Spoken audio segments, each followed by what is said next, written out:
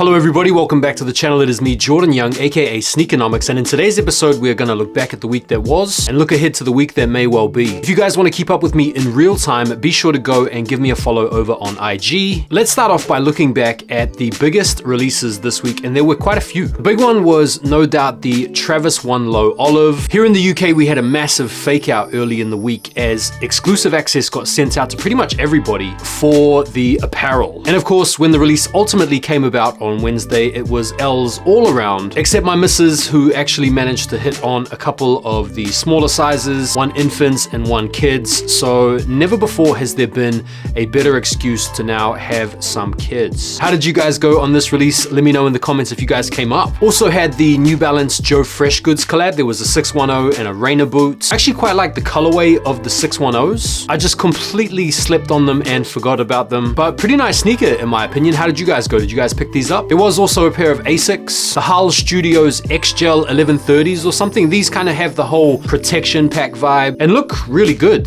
Another sneaker that I slept on. The Bad Bunny Campus dropped today in the mossy green colorway. I actually did manage to hit on these from the Confirmed app. You guys know I really like the Bad Bunny Campus OG colorway and was pretty stoked to pick these up, so I will look forward to getting them in hand and producing a review for you guys on these. Did you guys go for these? Do you care about these? Let me know. We also had the Off-White Air Force One mids in the green colorway, which was just a between the legs pass from me. I'm not a big fan of this model. It's the spikes, man. The spikes are just such an L. The colorway is really nice, but yeah, I passed on these. Did any of you guys out there pick these up? And then finally, the Jordan 3 Wizards PE colorway dropped today. Really nice colorway. I personally passed on them. I may very well live to regret that because it is a really nice colorway. What did you guys do? Did you guys pick them up? Now, a lot of talk in recent weeks has been centering around the Jordan 1 High Union with the Footscape weave. It has been dividing people. Some people love it, some people hate it. And all of this hype has definitely created a lot of attention for the original Footscape woven model. A lot of old school collectors have been breaking out their old pairs, saying that they were on this wave back in the day. And just when it seems like this shoe is getting a little bit of airtime, out comes the announcement that the Nike Footscape woven is set to re-release again in 2023. If this isn't Operation Footscape, I don't know what is. It kind of seems like Union have been used as a bit of a hype man to get people talking about the Footscape. Very good marketing, Nike. We see you. We see exactly what you're doing. Now, they haven't just done it with the Footscape. They've also done it with the Jordan 1 Low KO. Nike have basically given the Low KO to Union and said, make us something that can get people talking about the model. Once we've generated a little bit of hype, we're going to bring along some OG colorways, and they have done just that. We've seen a black and white Low KO, a Kentucky colorway, a shadow colorway, and a bread colorway. Like, they have opened up the taps on this Low KO. I don't know if we really need an entirely new Jordan 1 Low model, but then again, at the same time, I'm sure people will enjoy wearing the canvas shoes. Maybe they're going to come in at a slightly lower price points. There will no doubt be a market for these. But once again, Nike, we see what you're doing with these. Kevin Durant signed a lifetime deal with Nike. I feel like KD's signature shoes kind of fell off around the 6. This is obviously great news for Kevin Durant, and one of the exciting rumors that I've seen in recent days is surrounding the potential release of the KD4 Nerf. This is a grail status Nike basketball shoe for a lot of collectors, and I low-key think that the KD4 is probably his best basketball signature shoe. Whilst these rumors are just rumors, like someone just tweeted the idea of it and I think he retweeted it or something like that, it would be awesome to get a wider release of the Nerfs. What do you guys think? Adidas and Pharrell are coming together again to produce another collection of sneakers very similar to the color pack from 2015, this time using the very popular, very current, very trendy Adidas Samba as the muse. These are set to release on May the 6th, and they're comprised of 6 different colorways, with some of them being friends and family. Some of them are going to be exclusively available at Pharrell's Something in the Water Festival, and a few of them will be making them to the scheduled retail drop in May. What do you guys think about these? The Nike Airship Every Game is going to come out in another colorway, this time featuring a red upper. And this sneaker has kind of come out of nowhere. A lot of people thought that this was the Nigel Sylvester Air bike, but in true marketing genius fashion, it kind of seems like Nike have used the hype from that very limited, very exclusive sneaker to generate appetite for this sneaker, which is going to be more widely available. And then they want to take that appetite and then roll it out with a series of different colorways and potentially a new model or a new theme. I don't know, let's see what happens there. But the whole whole every game idea comes from when Mike used to play for the Bulls. He used to wear his North Carolina shorts underneath his Bulls shorts, basically just for luck. I mean, to be fair, it did seem to work. We've had some good looks at one of this year's most anticipated OG Air Jordan releases, the Playoff 8s. I've got to say the shape looks really good, the quality looks really good, and if you really want to please the OG sneakerheads out there, the older heads, you give them the details, and I've never seen so much mass fanaticism about a heel tab or a pull tab. The fact that they've gone with the original red coloring on the rear heel tab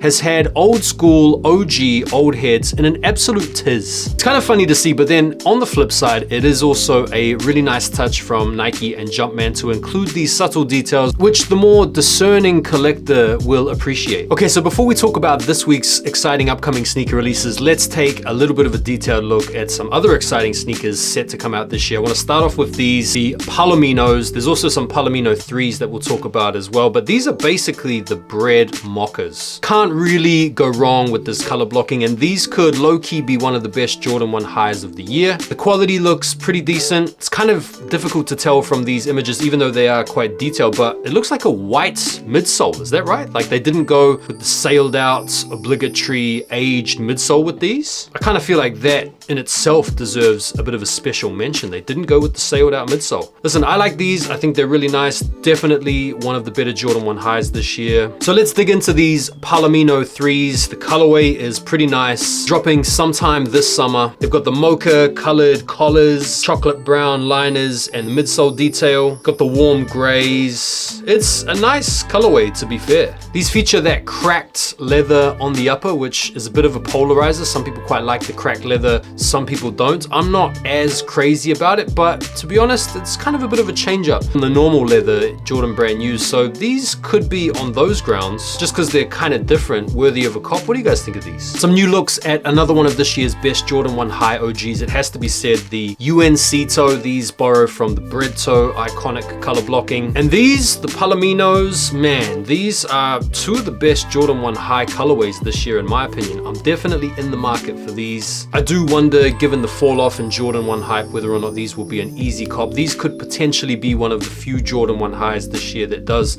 sell out, but who knows, man? If they make enough pairs, these could also be sitters. I like them. What do you guys think? Okay, so let's talk about this week's upcoming sneaker releases that are worth considering. On May the 1st, you've got the Jordan 1 Low KO Kentucky. This is all part of that Operation 1 Low KO agenda. These, I'm sure, will be pretty easy to get, and to be fair, I think these are actually nicer than the Union ones. On the same day, you've got the Kobe 4 Protro GG. Some of you may have already copped these via the Sneakers Pass, and I can imagine these are going to be pretty tough to get given how many people are keen on the Kobe releases these days, so good luck if you're trying to cop those. On May the 2nd, there is apparently going to be a restock of the Nike SB Dunk Low Grey Gum. And on the 3rd of May, you have the Adidas Campus 80 Youth of Paris collection. You guys can check out the marketing on the Confirmed app. It's a pretty cool looking collab. May the 4th, one of my sneaker picks of the week are the New Balance 1906R Armé Leon d'Or. These look really nice, really clean. I'm a big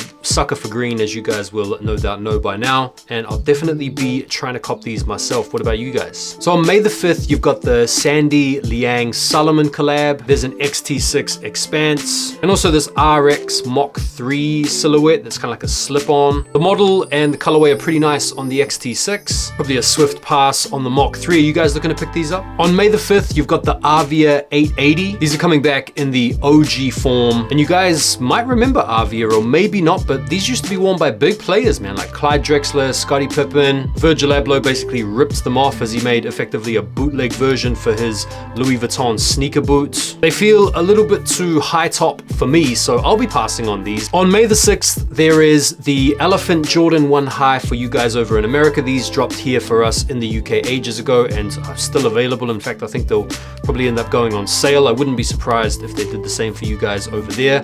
And probably the biggest sneaker of the week are the Jarritos SBs. These have been on a lot of people's radars for most of the year, and I'll definitely be looking to pick up a pair of these. What about you? Here in the UK on Thursday, you've got the the Vault colorway of the ISPA Mind Body. Shout out to Nike who actually sent me a pair of these early to check out, and they are really awesome. They're a little bit freaky looking, I'll definitely agree with you on that, but they feel crazy on foot. They are like standing on grass. If you guys wanted to see some more information on these, feel free to go and follow me on the IG or the TikTok where I've got a bit of a video about these. And on Friday, you've got a pretty cool pair of Air Force One lows that pay homage to LeBron James and the Four Horsemen. I think these are really nice, very tempting. I can definitely see these being popular with LeBron enthusiasts. On the 6th of May, you've got a pair of Jordan 2 highs, the white and cement gray. These are actually really nice, super clean Jordan 2 high colorway. Can't imagine them being difficult to cop.